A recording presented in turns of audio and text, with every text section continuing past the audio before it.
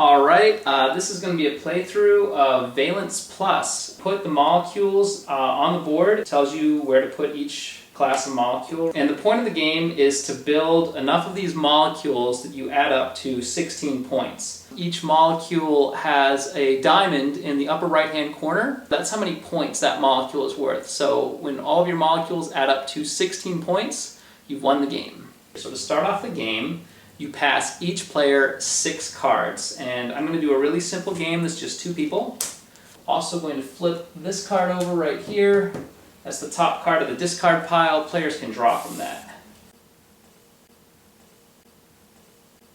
So the player who has the element card with the highest atomic number, they end up going first. In sulfur it is 16, they end up going first. There are 2 phases to the turn. There's the collect phase. That's where you're collecting different element cards. Then there is the build phase. That's where you're building different molecules. Your first phase, there's 4 different ways that you can collect cards. One is by drawing cards from the element deck. The other is by exchanging your hand, discarding your whole hand and drawing 3 cards. The other way is by exchanging either a salt or a hydrogen sulfide card for 3 cards. Or you can do a chemical reaction, reacting an acid with a base or a water with one of the molecules that it reacts with. In that case, you draw 3 cards. This player is going to draw a card from the element deck. Okay, you're trying to add a set of those elements up to 0. So in this case, we have a +1 here, we have a +1 here, and we have a -2 here, okay? So 1 + 1 -2, that equals 0. And we have the blue and green cards here. So we take these element cards, we put them in the discard pile right here, and we grab the blue and green card. Hydrogen sulfide is worth 1 point. Alright, so that is going to be that player's turn. Okay, now this player is going to draw a card. We got 2 sodiums and an oxygen, so that's +1 +1 -2. That adds up to 0. That's a molecule. It's metal oxide. You can see metal oxide has a white border. That means that it's vulnerable to a chemical reaction because it is a basic molecule. Alright, so it is worth 3 points. And not done yet. You can take a look at the rest of the cards here. +4, -1, -1, -2. That all adds up to 0. Deadly carbonyl worth 5 points. It's also vulnerable to chemical reaction. You can tell by its white border, and it is vulnerable to attack by a water card. Now this player, okay? This player doesn't really like their hand right now, so they're going to exchange their whole hand. They're going to take their hand, and then they're going to discard it and draw 3 new cards. We got a 1 and we have a -1. It's red and blue, so acid. Okay, so you can see acid has a navy border. That means it's an attack card, and it tells you on the bottom of the card which molecule cards it reacts with. Those are all the basic molecules in the game.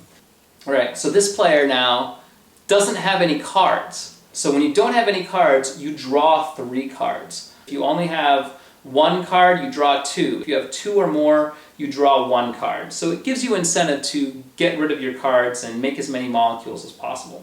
So this player is going to draw 3 cards. We got 1 + 1 -2, that equals 0. Gray, blue, and yellow. And they get a base. Bases are obviously vulnerable to attack from acids. They have a white border worth 4 points. Instead of drawing cards on this player's turn, they're actually going to do a chemical reaction. So they're going to take their acid and they're just going to like slap the other player's base, okay? At the bottom of the base card, it tells you which cards to exchange it for. In this case, it's salt and water. So the player with the base puts it back in the molecule bank, takes a salt card, takes a water card. The player with the acid card puts that back as well, and they draw 3 element cards. 3. Let's take a sodium and a chlorine and make good old table salt. This player, they don't have any cards again, so they're just going to keep drawing 3 cards. Okay, so this is an interesting hand right here. So these are all positive elements, so you would think that they can't combine. But zinc and copper, they both have secondary oxidation states if you flip them over, okay? So in this case, zinc is a 0 if it's with another transition metal. And copper is the same way. It's also a transition metal. So the transition metals, their valence numbers are 0 if they form a compound with another transition metal. These two combine and they make the transition metal solid. The transition metals are distinguished from the other metals. A little brown, like electrical bolt in the lower corner there. The transition metal solid is a shield. It can block chemical reactions with your molecules. So it's a pretty great card. And this player actually has a couple of vulnerable molecules. So they're in really good shape. This player is in kind of dire straits right now. They're going to get rid of their salt card, and they're going to draw 3 cards. So, very, very similar to the last player's turn, we have all of these negative cards here, so you'd think that they wouldn't add up. But sulfur has a secondary oxidation state. You can see it right there. It's +6 when it's associated with 3 of these yellow cards, with 3 oxygens. So it's +6 and -2, -2, -2. So +6 and -6. That makes a molecule. It's green and yellow. It's sulfur trioxide. Sulfur trioxide is worth 6 points. It's a pretty valuable card, but it does have a white border and it's vulnerable to attack by water.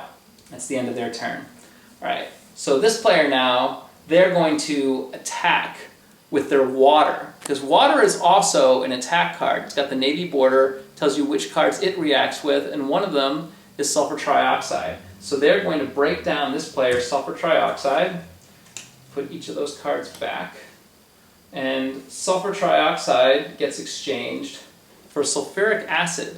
If you look in the right-hand corner, you'll notice there's 4 triangles around the diamond for sulfuric acid. That means this is a special molecule. It means that you can only make it with the chemical reactions. You cannot make sulfuric acid with just your element cards. So it's only worth 1 point. This player right here gets to draw 3 cards because they did a chemical reaction. So there we go. Carbon, sulfur, sulfur, that's +4 and -4. Carbon disulfide worth 3 points. All right, so this player's doing pretty well. They have 15 points. That means they're 1 point away from winning the game, and the other player's got 2 points. Okay, so what can this player do now? They're going to exchange their hydrogen sulfide card for 3 cards. Okay, so put that back. Okay, one of these, they just got a base. Okay, so now it is this guy's turn right here. He's going to trade in his salt and draw 3 cards. Okay, so these are all positive gray cards. They don't have secondary valence numbers, so this player can't really do much. Happens. All right, so that's the end of that player's turn. So now this player is going to take their sulfuric acid. Okay, they're going to react it with a base. They're going to react it with their own base, okay? Because when you have a sulfuric acid card, it makes more sense to react with your own molecules, okay?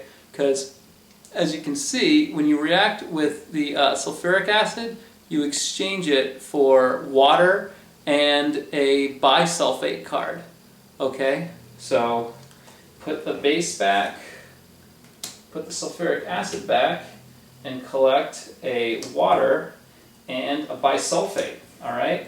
And the bisulfate card is the most valuable card in the game. It's worth 12 points, and it's stable, so it's really hard to deal with. All right, and because this player just did a chemical reaction, they also draw 3 cards. So you look here, looks like we got a +4, a -2, -2 situation. Make a carbonyl sulfide. All right, and we have 13, 14, 15, 16 points. So this player came back and won the game. If you have any questions, go ahead and ask them in the comments. One thing that I didn't really go into is if you are taking more than 1 card, you cannot take them from the discard pile, because then you could just pick up the last molecule that somebody made, and then they could pick up the last molecule you made, and it would just go on in a cycle like that. So if you're going to draw from the discard pile, you're only drawing 1 card.